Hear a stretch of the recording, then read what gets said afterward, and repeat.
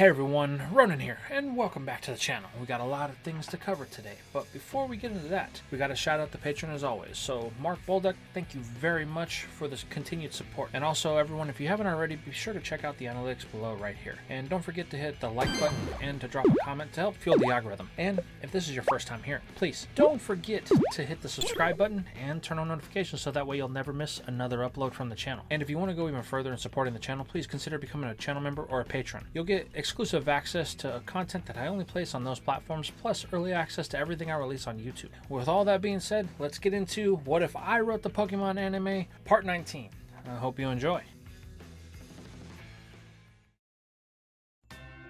We begin today's episode with Ash, Misty, and Brock as they are on the road heading to the site of Ash's next gym battle in Viridian City. The trek has been a decently long one, as they have been stopped many times by the necessities of Brock's egg. The trio find themselves having to stop quite frequently, as it is slowly beginning to get to the point that it is going to hatch very soon. This has the young breeder excited, as well as Misty, as she is continuously trying to ease Brock into the idea of letting her have possession of the egg. After all, who could be better to raise it than a loving girl who could be a loving mother to this newly hatched newborn? However, Brock is refusing to budge on this issue, as the breeder states that he doesn't feel confident in Misty's ability to be exactly what the egg needs, considering she does have that hot-headed temper, and it becomes evident every time her and Ash seem to get in any type of conversation. However, this immediately prompts a response that Brock was just talking about, as the redhead flies off the handle, yelling at the gym leader that he has no idea what he's talking about. When it comes to Ash, he's just a particular type of stupid that can trigger anyone, and Brock knows it. However, the gym leader remains calm. You see, this is exactly what I was talking about. You need to learn to be more level-headed and cool and calm and collected if you have any hopes of being able to raise Pokemon from an egg, Misty.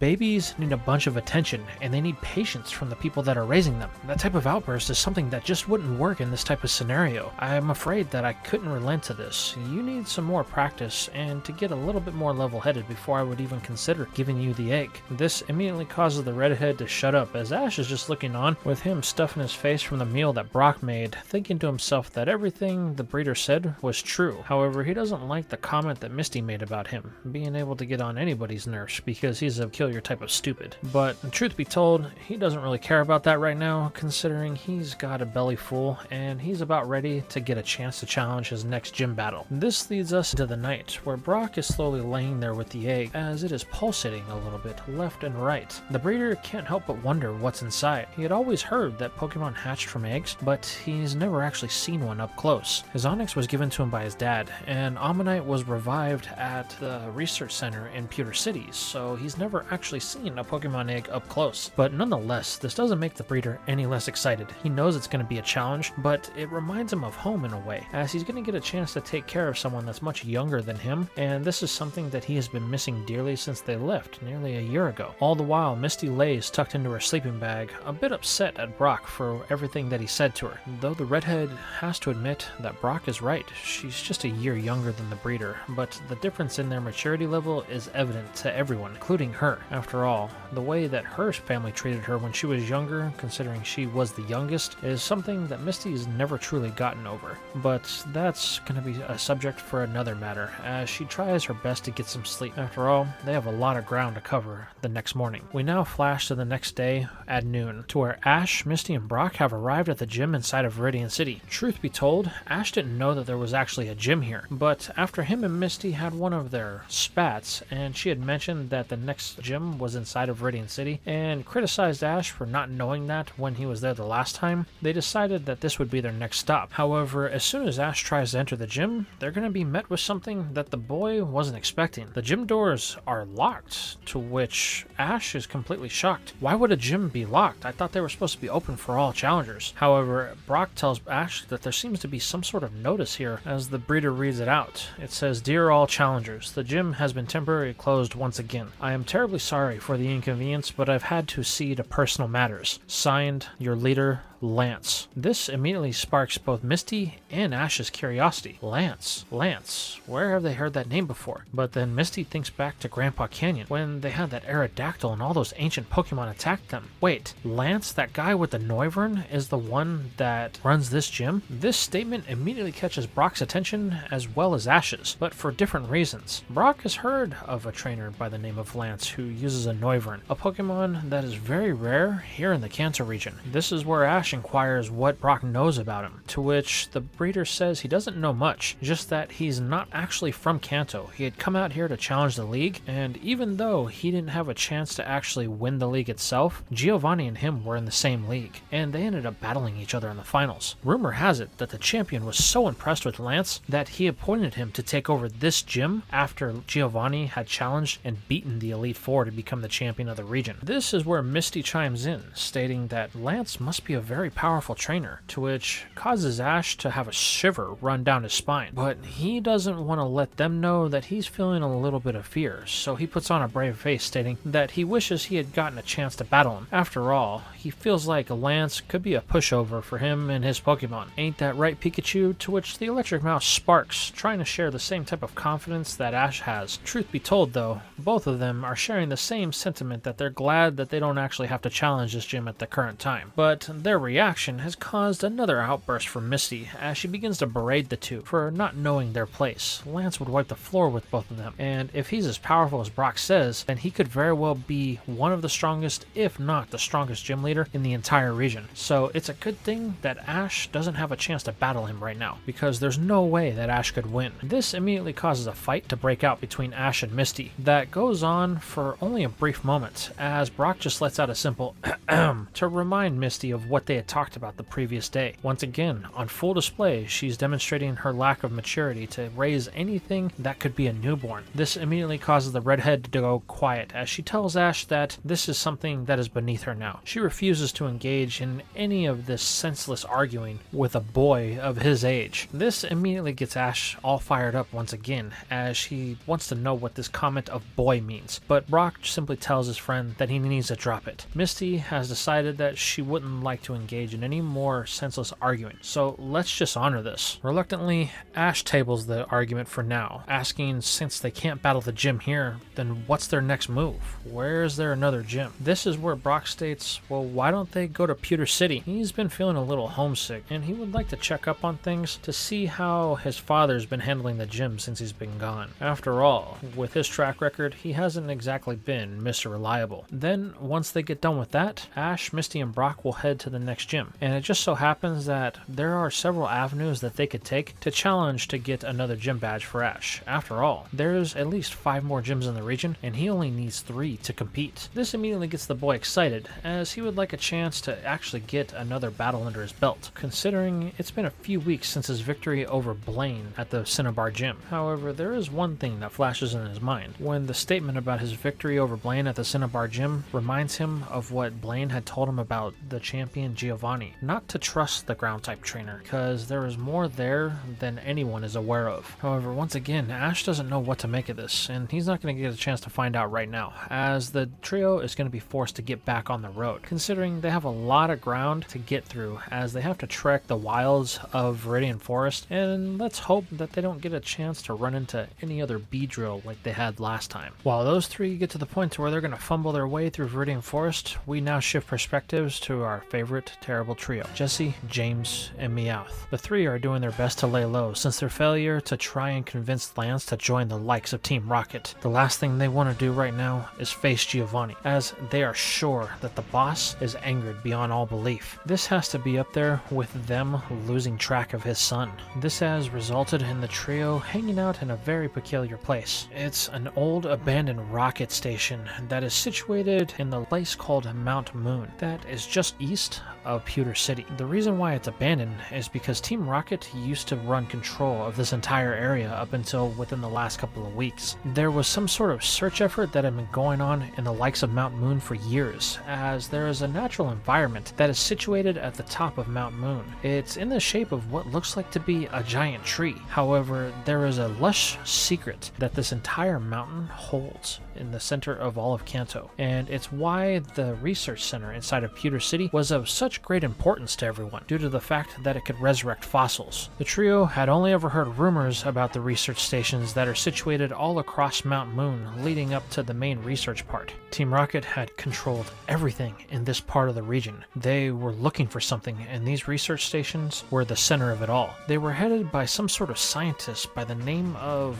Dr. Fuji, from what Meowth recalls. And from what they can gather inside of this base that they've taken over for the time being, it looks like the orders were given for them to abandon post-haste. Whatever research they had was taken with the hard drives, but they still find books of research notes. This appears to be the main one of Dr. Fuji, to where the scientist is talking about the abundance of life inside of the place that he has dubbed the Tree of Beginning. It appears that according to Dr. Fuji's notes, there is a plethora of prehistoric Pokemon that just live naturally within inside the area of the Tree of Beginning. They seem to have flourished, even though life within the rest of the Kanto region had just come to an abrupt end a couple thousand years ago within the Kanto region. They never really truly figured out why life just stopped, as within a couple thousand years, it just seemed like the entire region had just been void of any type of Pokemon whatsoever. It wasn't until a couple of hundred years ago when settlers that decided to come to the Kanto region brought their own Pokemon with them, and in doing so, they opened up the floodgates and allowed Kanto to be a unique place. But here, it's like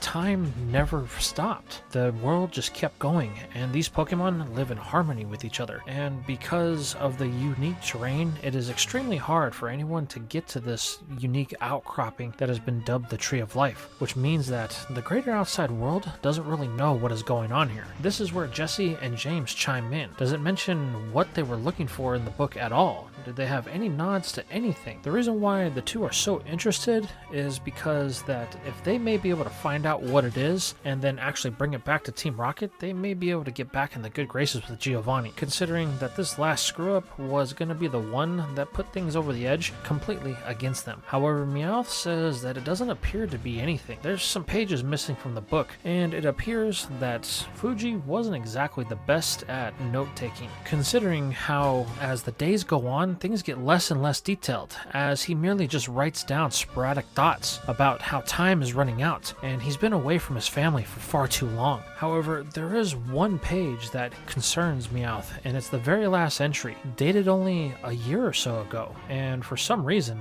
it says crystal clear. Meowth begins to read, as the book states that Fuji has been unsuccessful in finding anything to do with the progenitor Pokemon. At this point, the doctor is beginning to think that it has merely been a mirage this entire time, folklore stories told down the generations to give people comfort about the origins of the world and the places that they live. It's really a shame, because if the doctor had the DNA of that Pokemon, something that was pure, then maybe, just maybe, he would be able to save his... Then the page cuts off, as there's an entire entry missing. But the following page is something that is far more distressing, as Fuji begins to write about how Giovanni has become fed up with waiting, and has demanded that the doctor do something. If Fuji doesn't come up with any results soon, then he's going to find himself in a world that is going to be just as devoid of life as the one that his daughter now resides in. Wow, things got dark really quick, James says. However, this is where Jesse begins to chime in. That name Fuji sounds very familiar. Dr. Fuji. Why does it ring a bell to her? But then something hits her. She remembers something about the Pokemon League last year. It was very brief, as the challenger for the league that had won the Victory Road tournament didn't even get past Lorelei of the Elite Four. But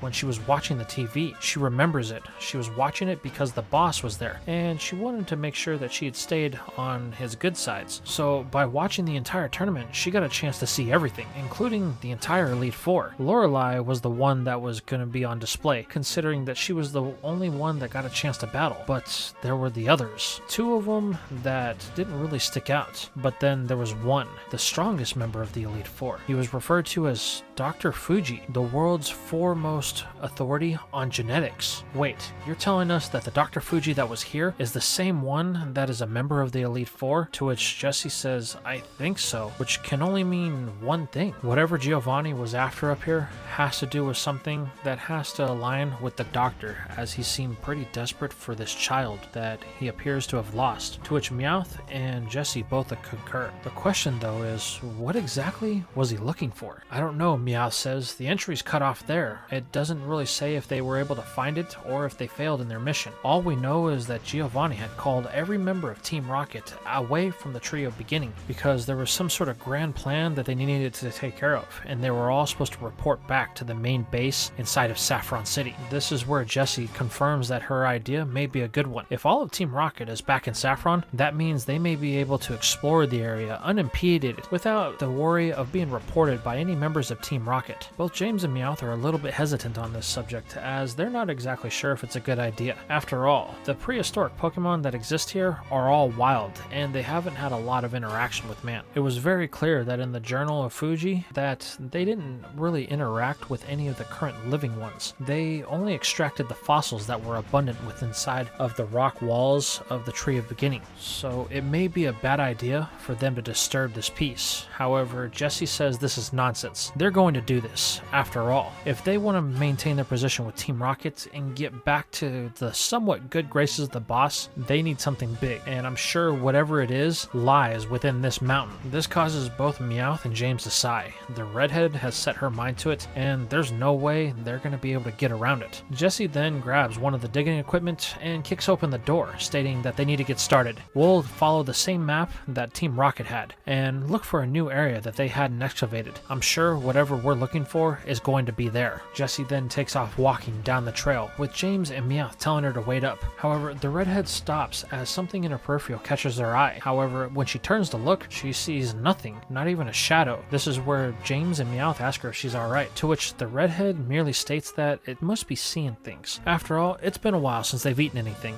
and they also need to get some water, which means they need to set up some sort of camp. Luckily, it looks like, according to this book that they have, that there's something that might still have some supplies stocked in it just up ahead. All they have to do is follow the cavern that's directly in front of them, and they should be there in no time. But unfortunately for the trio, as they are led with their now fearless leader Jessie, they're going to find out the hard way that this place isn't as unguarded as they think it is.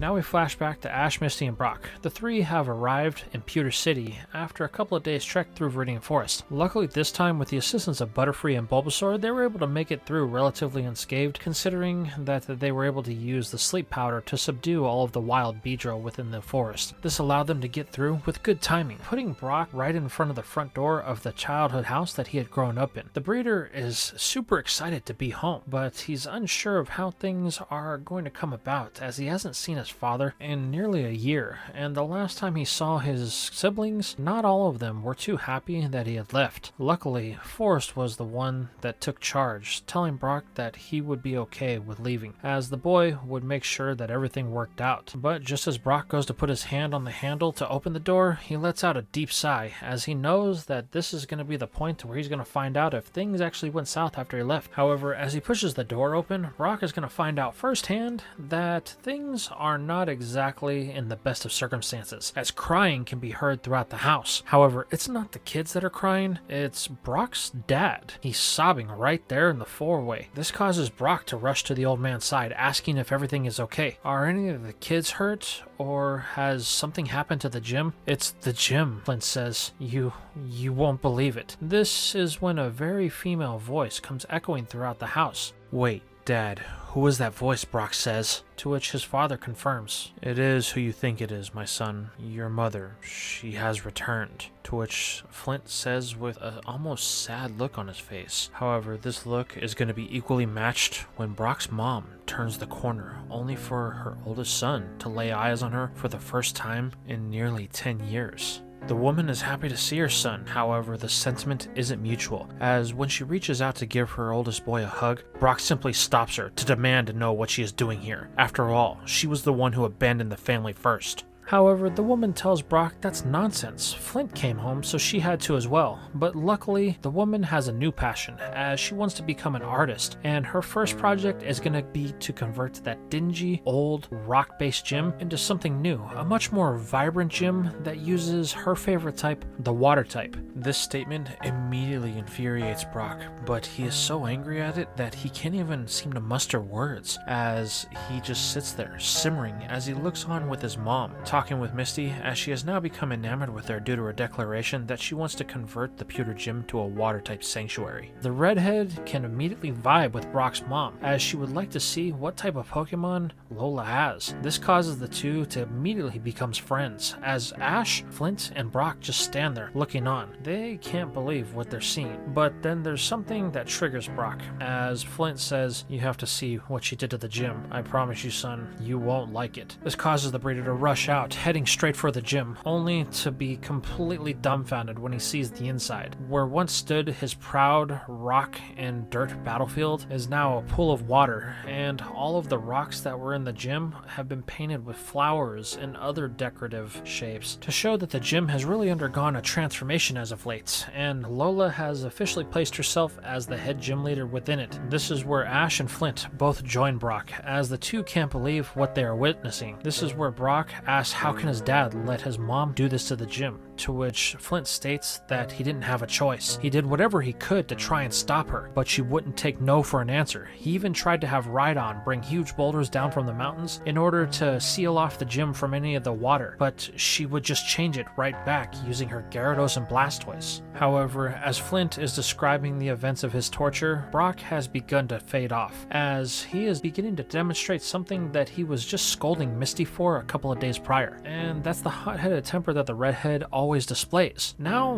Brock is fuming for what his mom has done to the gym. This is a rock-type gym, and he will not stand for it. The boy immediately turns to go locate his mother, as he's going to demand that she change the gym, no, his gym, back to the way it was supposed to go. This is where he finds Lola and Misty just outside of the doors as they were preparing to enter, but Brock isn't going to allow them, as he confronts his mother right away. "You need to change it back. This is not a water-type gym." However, Lola just finds her son amusing, telling him that it'll be alright. After all, this is a legal gym and they can choose whatever typing that they want. But Brock isn't going to have this. He states that she can't just change the typing willy-nilly. Every gym across the Kanto region is supposed to specialize in a specific typing. They aren't supposed to overlap with other gyms. There's already a water-type gym in Viridian City. This comment immediately gets Misty to flinch, as she becomes nervous. However, nobody notices it in the heat of the argument, as Lola tells Brock that it's okay. She's sure that they won't mind that they have a water-type gym. However, Brock is beginning to understand that Lola doesn't get the severity of the situation. They can lose their gym certification if they don't maintain a typing that doesn't overlap with somebody else within the region, which means that Lola has put them in a very compromising position, especially if one of the members of the Pokemon League HQ show up to recertify the gym or to check on its status. "We need to change it back now," the gym leader says. However, Lola just simply states that it's okay. She will just talk to the gym in Viridian City and get them to hand over their certification or change their typing. After all, she's sure that they would be happy to do it for someone like her. However, this response angers Brock,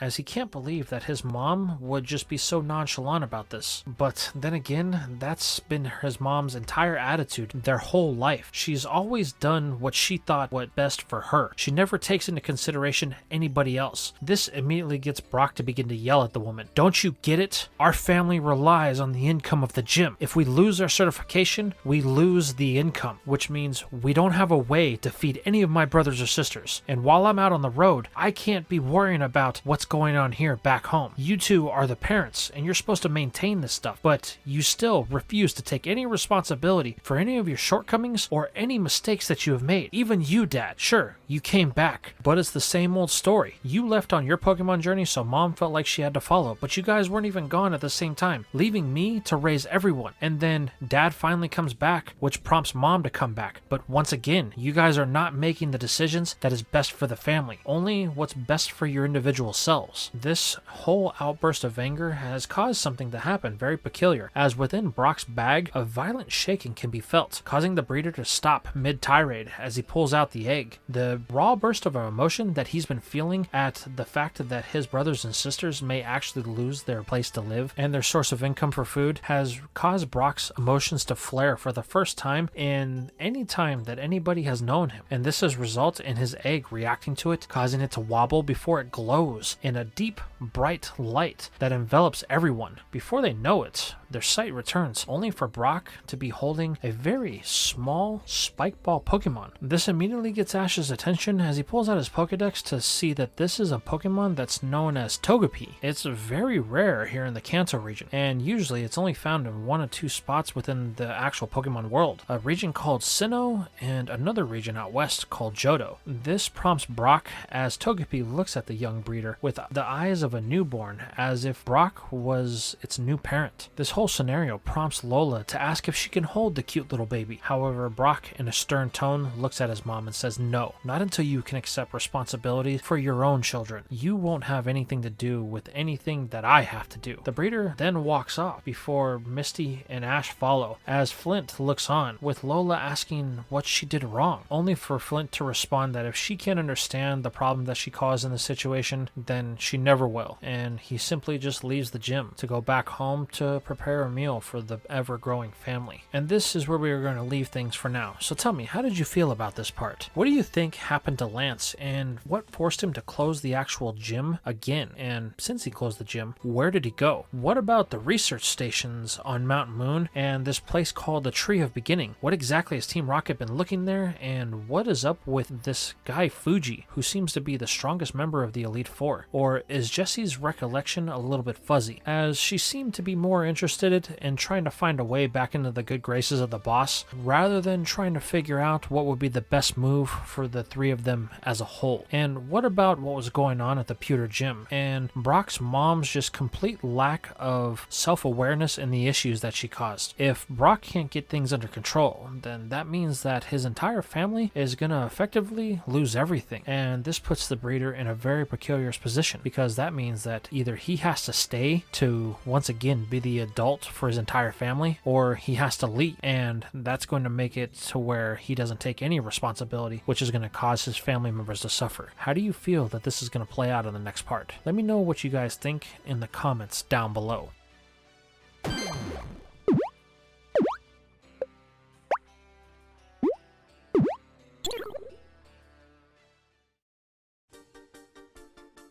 Alright trainers, I hope you have your Pokedexes ready, because today we met Togepi.